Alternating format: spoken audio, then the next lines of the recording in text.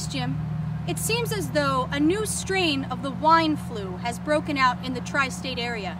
Many say they've never seen a case this strong before. I want to go snowboarding. Why aren't they snowmaking yet?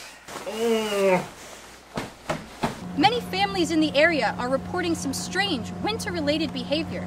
Monica from Central Jersey claims her son Josh is not well, in the mind. He's taken the expression, "don't play with your food," to a whole new extreme. Ah, tail slide. Very nice, Josh. Resort personnel has also noticed bizarre activity going on after hours.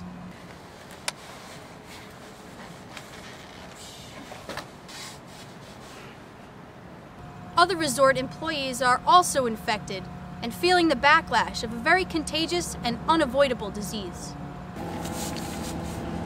Hard crew, can I hit it? Hard crew, let me hit the rail. Go ahead, hit it. It's good to go.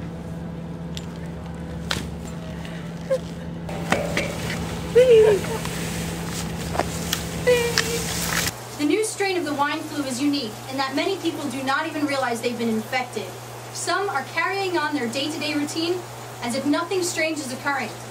Let's see what it's like living with the Whine flu. Are you here with the snow delivery? There you have it. How sad.